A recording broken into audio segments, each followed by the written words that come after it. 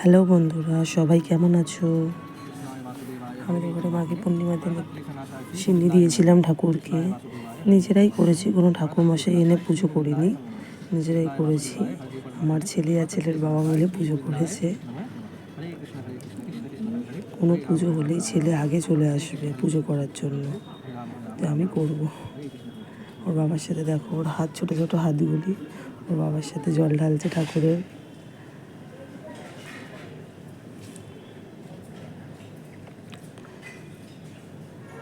গোপালকেও স্নান করানোর জন্য বসেছিল, গোপালকে স্নান করাচ্ছে ওর বাবার হাত ধরে। না করলেই কান্নাকাটি শুরু করে দেবে তখন। বাবা ওর হাত ধরে সব কিছু করাচ্ছিল। আমাদের ঠাকুরটা উপরে রাখা, ওই জন্য সব ঠাকুর নিচে নামিয়ে সব কিছু করানো হয়। আর এই 3টে গোপাল দেখলেন, 3টে গোপালের মধ্যে একটা গোপাল আমাদের বাড়িতে ঘুরতে এসছে, 2টো গোপাল আমার। একটু শিবলিঙ্গর মাথায়ও জল ঢেলে নিল।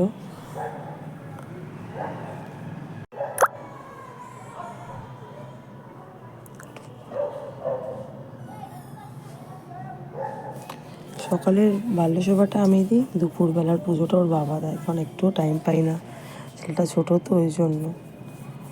আর রাত্রিবেলা সন্ধেবেলাটা আমি দিই।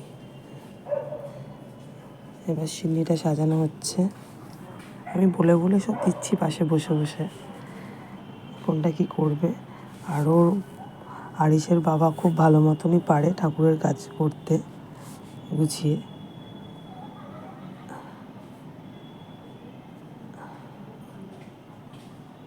আর নারকেল কুড়া তো খুব ভালোই পারে।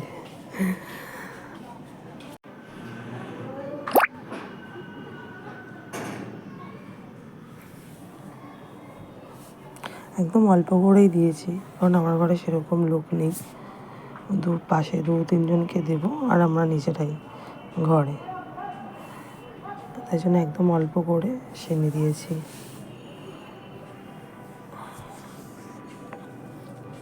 ভালো ভালো পূর্ণিমাগুলি পড়লে, মাঘী পূর্ণিমা, রাস পূর্ণিমা, দোল পূর্ণিমা, এরকম পূর্ণিমাগুলিতে, আরও যে পূর্ণিমাগুলি আছে এরকম পূর্ণিমাগুলিতে আমি সিন্নি দেওয়ার চেষ্টা করি। আর প্রত্যেক পূর্ণিমাতে হয়ে ওঠে না, বাবু একটু বড় হলে তারপর চেষ্টা করব প্রত্যেক পূর্ণিমাতে দেওয়ার।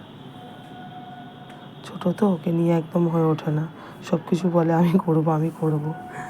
ছোটো বাচ্চা থাকলে যা হয়।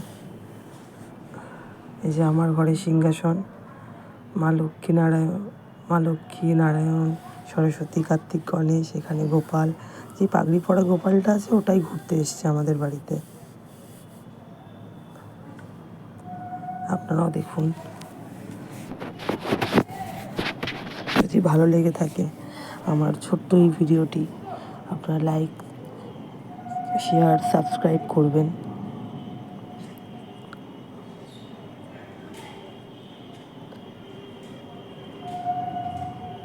আর কেমন লাগলো ভিডিওটি একটু জানাবেন।